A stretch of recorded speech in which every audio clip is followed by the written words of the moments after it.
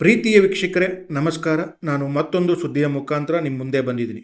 ಸುಮಾರು 1.5 ದಶಕದ ಬಳಿಕ ರಾಷ್ಟ್ರ ರಾಜಧಾನಿ ದೆಹಲಿ ಬೂದಿ ಮುಚ್ಚಿದ ಕೆಂಡವಾಗಿದೆ. ಅಂದು ನಿರ್ಭಯಳ ಹೆಸರಿನಲ್ಲಿ ಯುವ ಜನತೆ ರಸ್ತೆಗೆ ಬಂದಿತ್ತು. ಬಳಿಕ ಅಣ್ಣಾ ಹಜಾರೆ ಆಂದೋಲನವು ಅದನ್ನು ಹಿಂಬಾಲಿಸಿತ್ತು. ಇದು ಪ್ರಶ್ನೆ ಪತ್ರಿಕೆ ಸೋರಿಕೆಯ ನೆಪದಲ್ಲಿ ಯುವ ಸಮುದಾಯ ಬೀದಿಗಿಳಿದಿದೆ.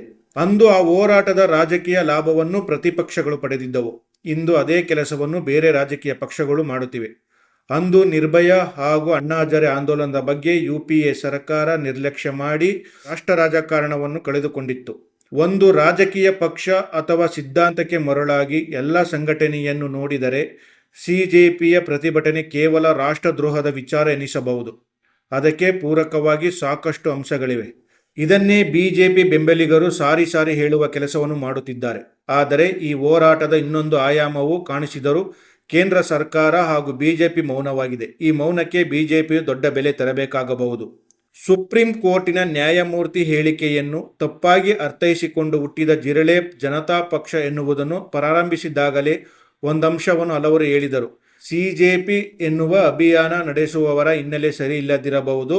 ಆದರೆ ಆ ವೇದಿಕೆಯಲ್ಲಿ ಭಾಗಿಯಾಗಿ ಯುವಕರು ಎತ್ತುತ್ತಿರುವ ಪ್ರಶ್ನೆಗಳು ಮಾತ್ರ ಗಂಭೀರ ಸ್ವರೂಪವಾಗಿದೆ. ಸಿಜೆಪಿಯ ಬೇಡಿಕೆ ಎನ್ನುವುದಕ್ಕಿಂತ ಈ ದೇಶದ ಯುವ ಜನರ ಬೇಡಿಕೆ ಎನ್ನುವ ಆಯಾಮದಿಂದ ಕೇಂದ್ರ ಸರ್ಕಾರ ನೋಡಬೇಕು ಎಂದು ಎಚ್ಚರಿಕೆ ನೀಡಿದರು. ಜಂತರ್ ಮಂತರ್ಗೆ ಬಿಜೆಪಿ ಬೆಂಬಲಿಗರು ಬಂದು ಕೂರುವವರೆಗೂ ಯುವಕರ ಬೇಡಿಕೆಯತ್ತ ಕೇಂದ್ರ ಸರ್ಕಾರ ಗಮನ ವಹಿಸಲೇ ಇಲ್ಲ. ಬದಲಾಗಿ ಸಿಜೆಪಿ ಬೆಂಬಲಿಗರ ದೇಶದ್ರೋಹದ ಕೆಲಸವನ್ನು ಕೆದಕುವ ಕೆಲಸವನ್ನಷ್ಟೇ ಮಾಡಲಾಯಿತು. ಜನ್ಯುಗಳು ತೀರಾ ಭಾವನಾತ್ಮಕವಾಗಿ ಕಟ್ಟಿಹಾಕಲಾಗದು. ಏಕೆಂದರೆ ಅವರು ಬೆಳೆದುಕೊಂಡ ಬಂದ ರೀತಿ, ಸ್ಥಿತಿ ಹಾಗೂ ಅವರು ನೋಡಿ ಬೆಳೆದ ದೇಶವನ್ನೇ ವಿಭಿನ್ನವಾಗಿದೆ. ಇದೇ ಕಾರಣಕ್ಕೆ ಇಂದಿಗೂ ಹಲವು ಜನ್ಯುಗಳು ಸಿಜೆಪಿಯ ಹಿನ್ನೆಲೆಗಿಂತ ಯುವಕರ ಬೇಡಿಕೆಗಳ ಹಠವನ್ನು ಮುಂದಿಟ್ಟುಕೊಂಡಿದ್ದಾರೆ. ಅಂದ ಹಾಗೆ ಅವರ ಬೇಡಿಕೆಗಳಲ್ಲಿ 100ಕ್ಕೆ 100ರಷ್ಟು ನ್ಯಾಯವಿದೆ, ಜನಪರ ಕಾಳಜಿ ಇದೆ ಹಾಗೂ ಶಿಕ್ಷಣವನ್ನು ಉಳಿಸುವ ಆಸಕ್ತಿ ಇದೆ. ದೆಹಲಿ ಸೇರಿ ದೇಶದ ಹಲವೆಡೆ ಸಿಜೆಪಿ ಹೆಸರಿನಲ್ಲಿ ಪ್ರತಿಭಟನೆ ನಡೆಯುತ್ತಿದೆ. ಎಂದಿನಂತೆ ಚಳಿ ಕಾಯಿಸಿಕೊಳ್ಳಲು ಒಂದಷ್ಟು ಗಂಜಿ ಗಿರಾಕಿಗಳು ಕೆಲಸ ಆರಂಭಿಸಿದ್ದಾರೆ. ಆ ವೇದಿಕೆಗೆ ಬಂದು ಕಾಶ್ಮೀರ, ಸಿಎಎ, ಮತ ಪರೀಕ್ಷಣೆ ಸೇರಿ ಹಲವಾರು ದೇಶ ವಿರೋಧಿ ಹೇಳಿಕೆಗಳು ನೀಡುತ್ತಿದ್ದಾರೆ. ಕೆಲವರಿಗಂತೂ ಇದು ಪ್ರಶ್ನೆ ಪತ್ರಿಕೆ ಸೋರಿಕೆಯ ವಿರುದ್ಧವಾದ ಹೋರಾಟ ಎನ್ನುವುದು ಮರೆಮಾಚುವಷ್ಟು ತಲೆಕೆಟ್ಟು ಹೋಗಿದೆ. ಇನ್ನು ಕೆಲವರಿಗೆ ಮೊದಲೆರಡು ಸಾಲುಗಳು ನೀಟ್ಗೆ ಸೀಮಿತವಾಗಿರುತ್ತಿತ್ತು. ನಂತರದ ಸಾಲುಗಳೆಲ್ಲ ಪ್ರಧಾನಿ ನರೇಂದ್ರ ಮೋದಿ ವಿರುದ್ಧ ದ್ವೇಷ ಕಾರುವ ಸಾಧನವಾಗಿ ಪರಿವರ್ತನೆಯಾಗುತ್ತಿತ್ತು. ಚಳಿ ಕಾಯಿಸಿಕೊಂಡು ತಮ್ಮ ಬೇಳೆ ಬೇಯಿಸಿಕೊಳ್ಳುವಂತ ಕಿರಾತಕರು ಬಂದಿದ್ದರು. ಆದರೆ ಈ ಹೋರಾಟಕ್ಕೆ ಬೆಂಬಲ ಸೂಚಿಸಿದ ಲಕ್ಷಾಂತರ ಯುವಕರ ಬಾಯಿಯಲ್ಲಿ ಈ ರಾಜಕೀಯ ಇರಲಿಲ್ಲ. ದೆಹಲಿಯಲ್ಲಿ ಇಂದು ಪ್ರತಿಭಟನೆಗಾಗಿ ರಸ್ತೆಗಿಳಿದ ಹಲವು ವಿದ್ಯಾರ್ಥಿನಿಯರ ಹಿಂದೆ ಮುಂದೆ ನಾನು ಕೇಳಿಸಿಕೊಂಡ ಹಲವು ಘೋಷಣೆಗಳಲ್ಲಿ ಧರ್ಮೇಂದ್ರ ಪ್ರಸಾದ್ ರಾಜೀನಾಮೆ, ನೀಟ್ ಸುಧಾರಣೆ ಇವೆರಡು ಅಂಶಗಳು ಹೆಚ್ಚಾಗಿದ್ದವು. ಎಂದಿನಂತೆ ಒಂದಿಷ್ಟು ಚಳಿ ಕಾಯಿಸುವ ಮಂದಿಯಿಂದ ಗಲಭೆ ರೀತಿಯ ವಾತಾವರಣ ಕೂಡ ಸೃಷ್ಟಿಯಾಗಿರುವುದು ನಿಜ.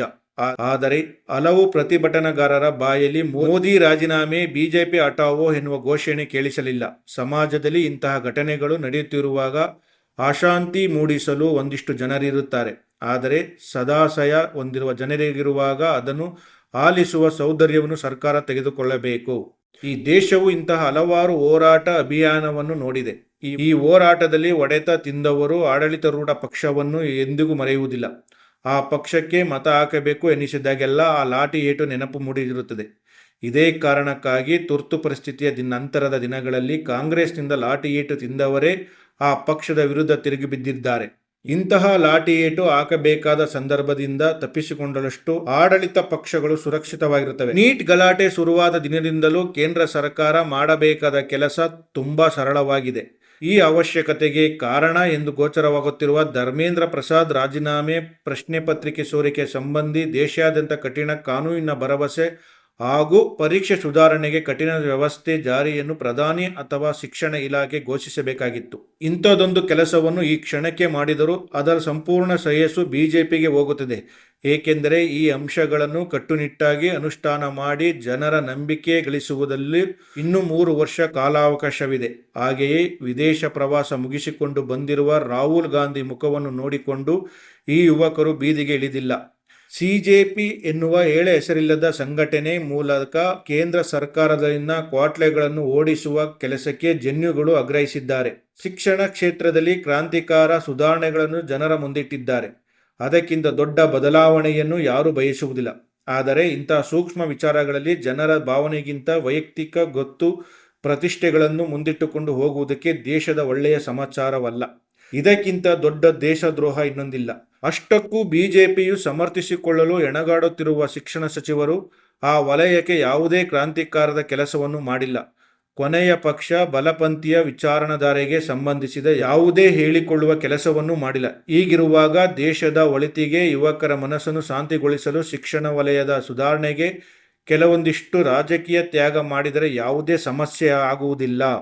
ಚಳಿ ಕಾಯಿಸಿಕೊಳ್ಳುತ್ತಿರುವವರ ರೋದನೆಗೆ ಬೆಲೆ ಕೊಡಬೇಡಿ. ಶಿಕ್ಷಣ ವಲಯದಲ್ಲಿನ ಗಂಭೀರ ಹಾಗೂ ವಾಸ್ತವದ ಸಮಸ್ಯೆಗಳ ಬಗ್ಗೆ ಪರಿಹಾರ ಕೊಡಿ.